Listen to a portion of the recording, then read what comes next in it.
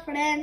હું અને લેસન કર્યો પછી હું રમવા ગયો તો થોડીક વાર અને પછી અને મને બહુ ભૂખ લાગી હવે મારા હાટું કાંઈક લેતા આવ્યો તમારે ખાવા સિવાય કઈ ધંધો હે